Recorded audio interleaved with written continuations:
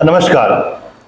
आज हम लोग अपने क्वेश्चन आंसर के सीरीज में एक अलग क्वेश्चन के साथ आज आए हैं।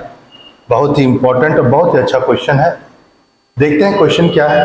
Okay, question is event of the 1945, 46 and 47। The event of 1945, 46, 47 which resulted in the form of independence। मतलब हिंदी में 1945, 46 और 47 का घटनाक्रम जिसकी परिणति आजादी के रूप में, मतलब उस पीरियड का वह कौन कौन से इवेंट्स थे जो जुड़ेंगे आपके आजादी से। क्वेश्चन का डिमांड यह 45, 46 एंड 47। यदि इसको छोड़ करके कुछ ऐसा क्वेश्चन आए कि event helpful in the Indian independence, Bharat की आजादी में जो सहायक घटनाएं हुई हैं, घटनाक्रम रहा, इसने इंडिया को हेल्प किया है आजादी के लिए।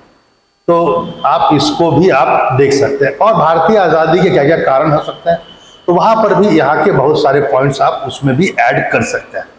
चलिए देखते हैं कैसे। यहाँ पर आप इंट्रोडक्शन वगैरह में यदि आप कहें तो आप इस आंसर को बहुत ही सिंपल वे में लिखें। यानी यदि मैं आपसे कहूं तो आप इस आंसर को पॉइंट में लिखें। पॉइंटों में उत्तर को लिखेंगे, आंसर बेसिकली आप पॉइंट में लिखें। And in this question very long type of introduction is not required. You can simply say that the following incidents of the 1945, 46 and 47 remain helpful and pave the way for the Indian independence. Nothing else than that. आप केवल यह कह सकते हैं कि यह प्रमुख कारण इस समय के हुए जो भारतीय आजादी के एक प्रकार से सहायक रहे। और उसमें यह निम्नलिखित है, फॉलोइंग है, तो एक दो पॉइंट करके आप आगे बढ़ जाएंगे। तो हम लोग सीधा पॉइंट पर आते हैं फॉलोइंग में से, क्योंकि यहां पर इंट्रोडक्शन का स्कोप कम है, क्योंकि ये बहुत लंबा पीरियड है। कोई एक इंसिडेंस नहीं है जिस पर आप एक आंसर बना दीजिएगा। कोई एक घटना तो है नहीं कि 1857 की क्रांति हो या नॉन कॉपरेशन मूवमेंट हो या सीडी है ना, या सीडीएम यानी कि सिविल डिसोबीडिएंट मूवमेंट हो, कुछ ऐसा तो है नहीं। एक टाइम पीरियड है, उस टाइम पीरियड में ऐसे कौन कौन से इवेंट थे जो इंडिपेंडेंस से जुड़ते हैं। चलिए आके देखते हैं। सबसे पहला point, second world war.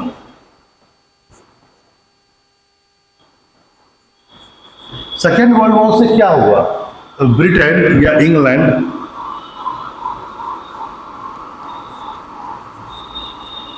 Totally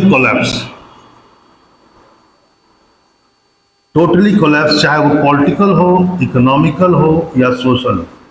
Britain जो था after second world war totally collapse हो। यहां ब्रिटेन उस ग्रुप में था जो ग्रुप जीता, अलाइड पावर, लेकिन फिर भी ब्रिटेन अब वो पावर नहीं रहा।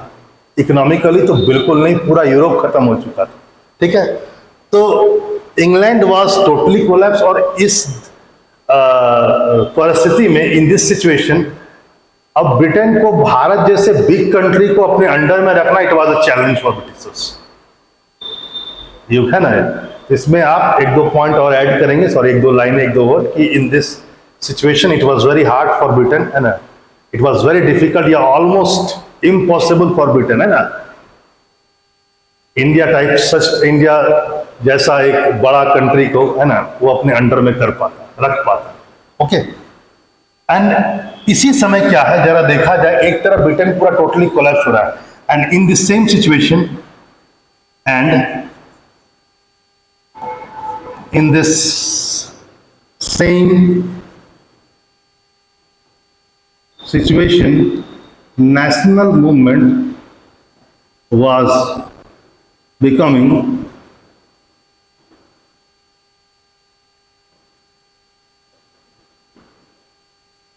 more powerful। एक तरफ ब्रिटेन खत्म हो रहा है और दूसरी तरफ नेशनल मूवमेंट और पावरफुल होता जा रहा है। बेसिकली नेशनल मूवमेंट जो कांग्रेस लीड कर रही है।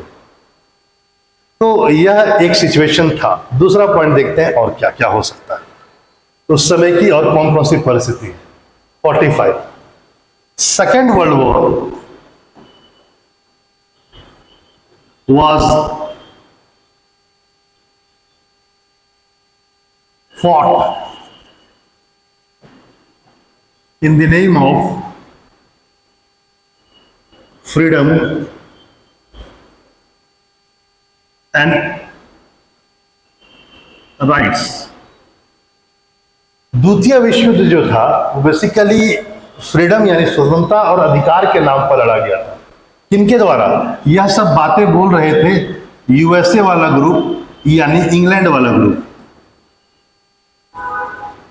इन्होंने कहा था ये युद्ध जो है, this war is basically in the support of freedom and rights, जिसको खत्म कर दिया है किसने?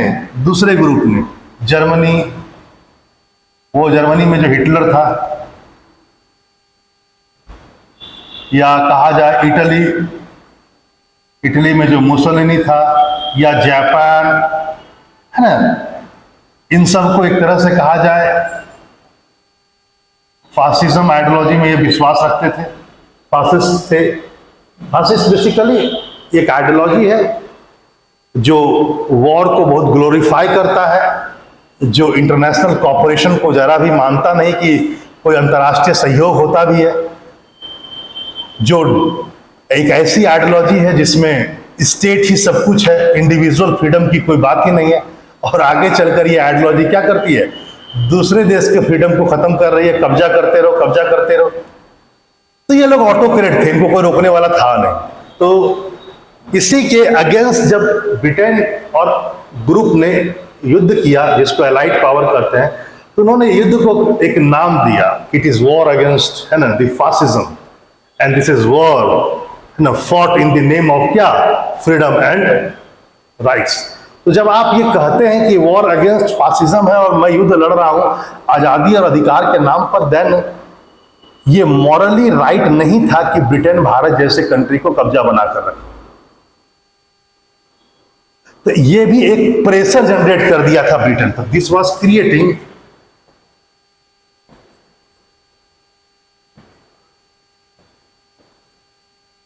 Moral pressure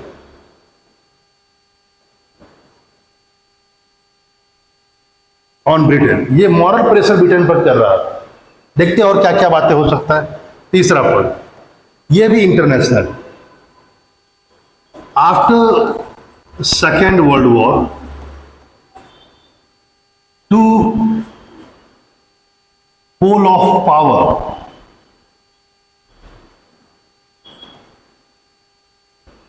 emerged in the world, that is USA and USSR,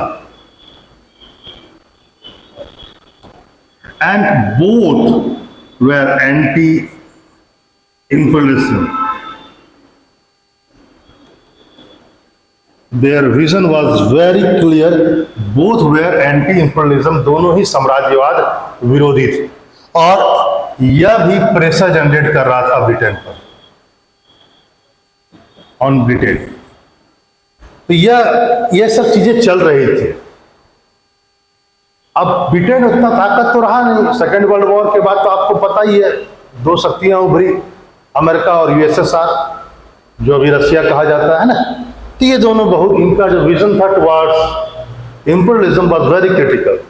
they were anti imperialistic in nature, so they were creating pressure on the Britain. Okay, another point is also there. Fourth point, establishment of UNO,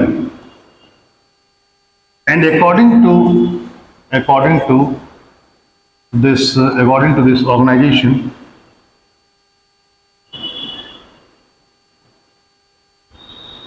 one should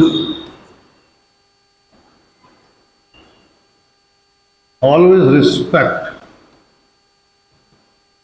the freedom of other countries. मतलब कि संयुक्त राष्ट्र संघ जिसको आप बोलते हैं, जो 1945 में स्टैब्लिश हुआ।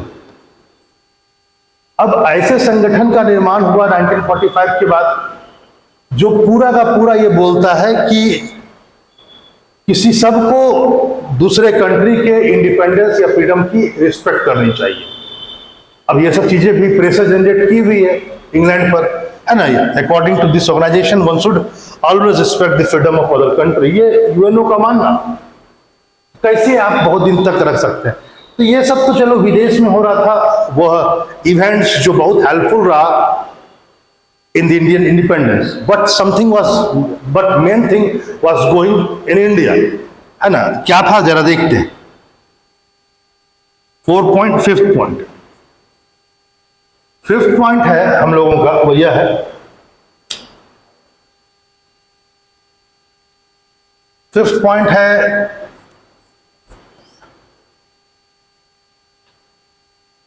आफ्टर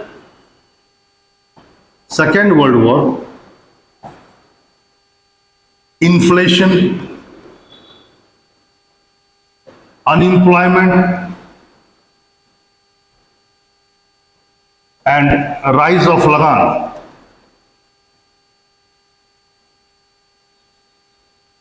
लैंड रेवेन्यू, भू राजस्व, मुद्रास्फीति, बेरोजगारी और राइज ऑफ लगान, ये सभी क्या कर रहा था सेकेंड वर्ल्ड, है ना। ये सभी, चाहे वो पीजेंट हो यानी फार्मर्स हो, किसान हो, चाहे लेबर हो और कॉमन मैन हो, सबको रेडिकल बना रहा था, सबको रेडिकल बना रहा था। सब उग्र होते जा रहे थे इन सब कारणों से, और इससे क्या हो रहा था, इससे नेशनल मूवमेंट और पावरफुल होता जा रहा था।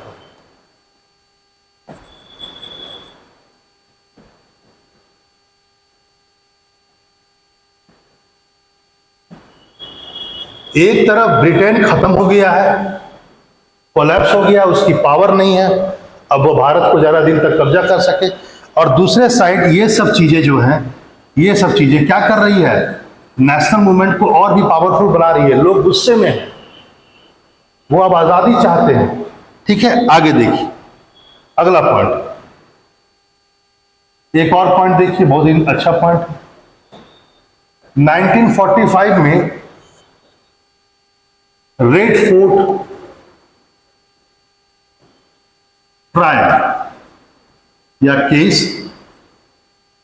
आईएनए से रिलेटेड था, आजाद हिंद फौज। आपको पता होगा कि आजाद हिंद फौज आईएनए के सारे सैनिकों को, जो उन्होंने आत्मसमर्पण किया था, सब पर केस चल रहा था रेड फोर्ट, लाल किले में। और यहां पर जो डिबेट हो रहा था वो पूरे इंडिया में जा रहा था, और इससे नेशनलिज्म और ज्यादा बढ़ रहा था, और इसी का परिणाम से नेशनल मूवमेंट और ज्यादा स्ट्रेंथन या पावरफुल हो रहा था।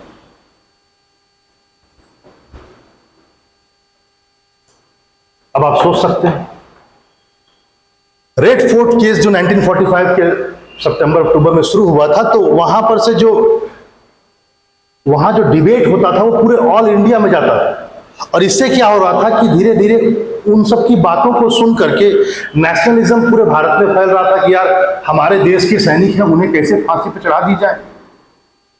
आपको पता होगा कि आजाद हिंद फौज के सैनिक जो थे वो जापानीज आर्मी के साथ मिल करके पहले तो अंडमान निकोबार को कैप्चर किए, फिर नॉर्थ ईस्ट पर अटैक किए। ये बात अलग है कि उधर जापान ने हिरोशिमा और नागासाकी के बाद आत्मसमर्पण किया, और इधर आजाद हिंद फौज ने भी भारत में आत्मसमर्पण किया, जो नॉर्थ ईस्ट तक पहुंच गए थे।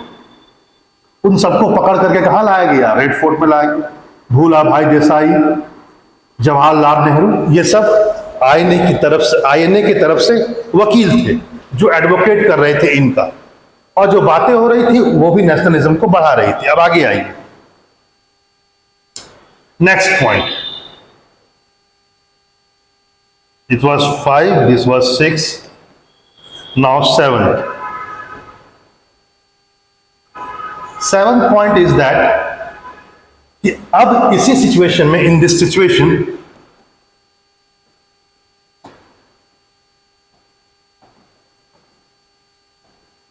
क्या होता है, cabinet mission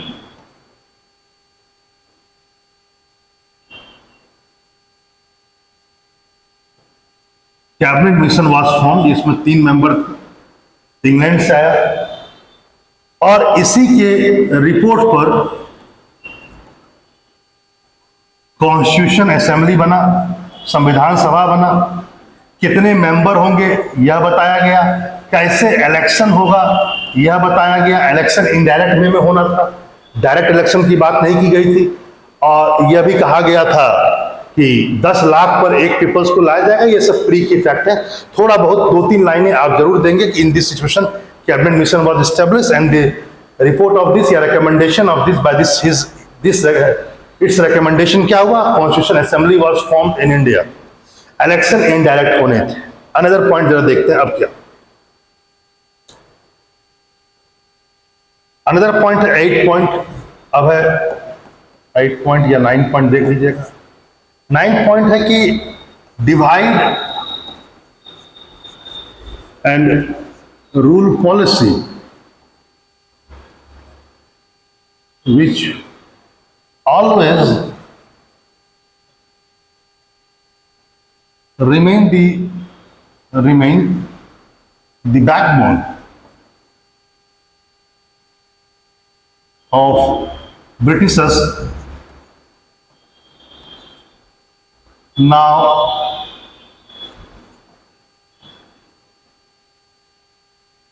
became very radical and creating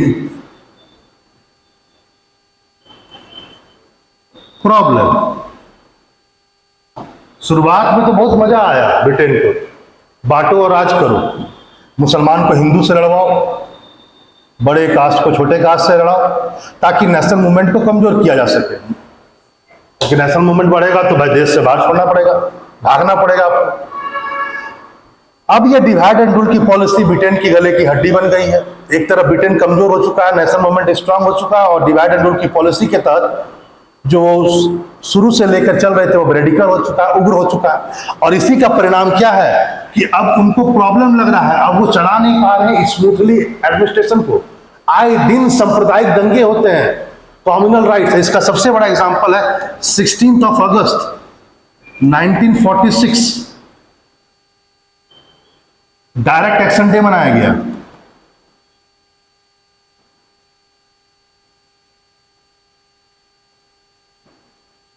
bye Muslim league. Bharat में बहुत जगह, खासकर वेस्टर्न और ईस्टर्न इंडिया में कम्युनल राइट्स हुए और सरकार देखती रह गई, कुछ नहीं कर पाई। अब उन्हें लगता था कि हमसे कुछ हो नहीं पाएगा। असल में यहां पर एक बात और भी ध्यान देना है, वो यह है कि मैंने जो आपसे कहा वो यह था, कैबिनेट मिशन के आधार पर ही कॉन्स्टिट्यूशन असेंबली का निर्माण हुआ। कितने पीपल जाएंगे ये सब बातें आप पीटी में पढ़े हैं, कितने लोग जाएंगे। लेकिन इलेक्शन जो होना था वो तो इनडायरेक्ट था। लेकिन इनडायरेक्ट का मतलब कैसा, जैसे अभी राज्यसभा का होता है कि स्टेट लेजिस्लेचर इलेक्ट करके भेजते हैं किसको, राज्यसभा के एमपी को, वैसे ही यहां पर भी था। इसमें भी यही कहा गया कि स्टेट लेजिस्लेचर के लोग इलेक्ट करके भेजेंगे उनको जो कॉन्स्टिट्यूशन असेंबली के मेंबर होंगे। और उसमें कांग्रेस का प्रदर्शन बहुत अच्छा रहा और मुस्लिम लीग का प्रदर्शन अच्छा नहीं रहा। Performance was not good basically in those area which were Muslim prone areas, and it was very miserable condition for them. Muslim league को प्रदर्शन वहां सबसे ज्यादा खराब हुआ जहां पर मुसलमानों की जनसंख्या ज्यादा थी, वहां पर सीटें कम आ गई। और इसी बौखलाहट में उन्होंने क्या कर दिया, at last direct action day बना दिया 16 अगस्त को।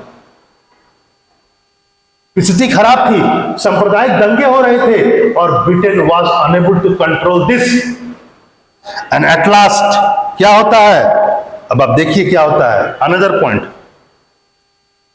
9 फरवरी 1947 ब्रिटिश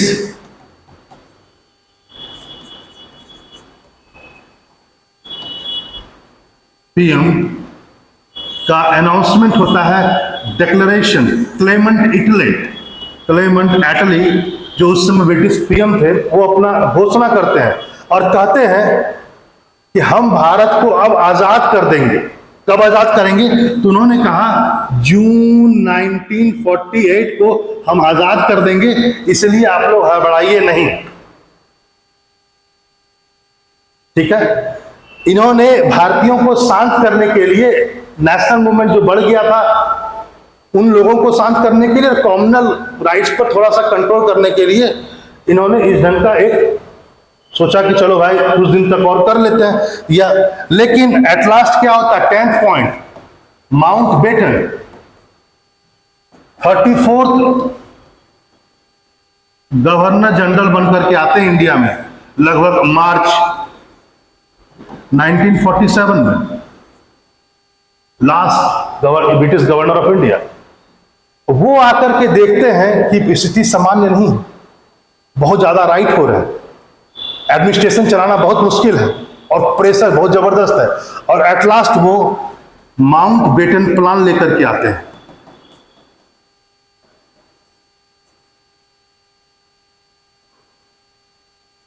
जून को 1947 Mountbatten plan at last pass हो गया या लाया गया,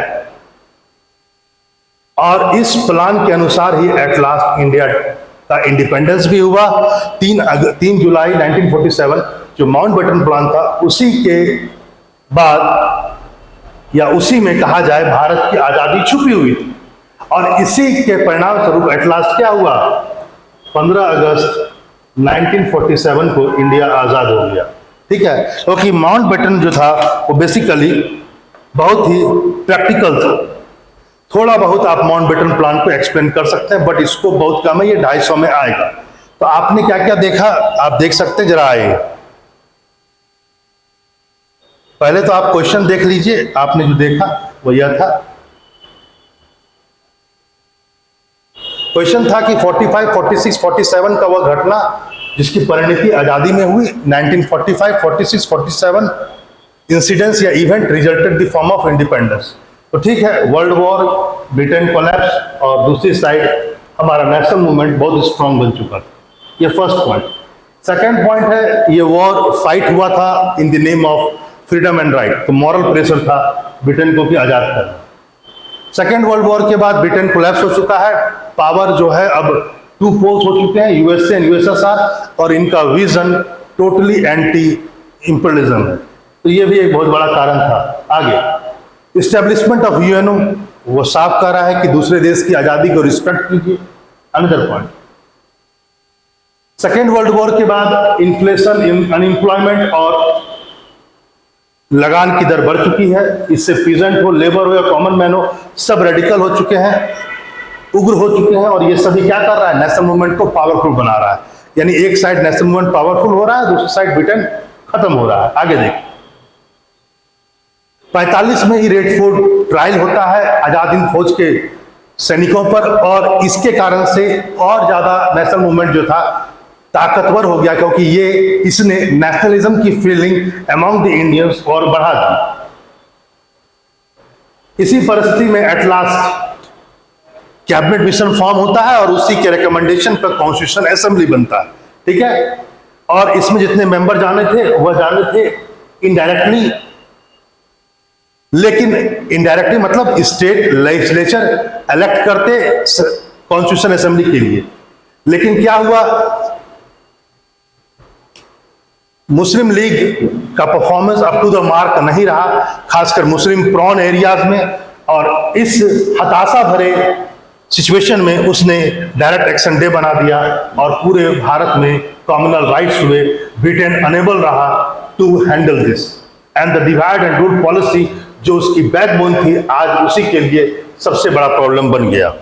अनदर पॉइंट देखिए, अनदर पॉइंट है, at last British prime minister ने एक डिक्लेयर किया, एक घोषणा, अनाउंसमेंट था क्लेमेंट इटली का, we will independent India in June 1948। Basically this announcement was done in February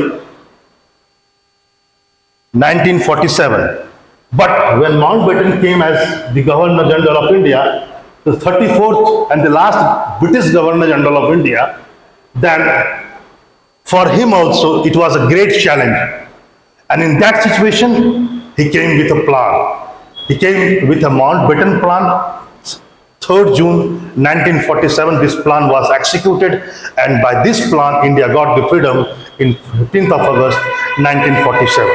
So these are the whole incidents of 1946, 47, 45, 46, and 47, which at last resulted the Indian independence or the paved the way for the Indian independence.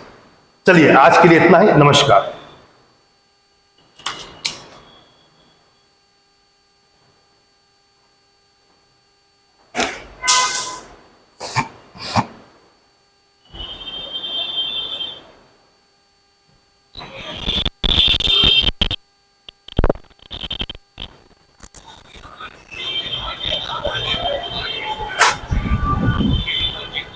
पानी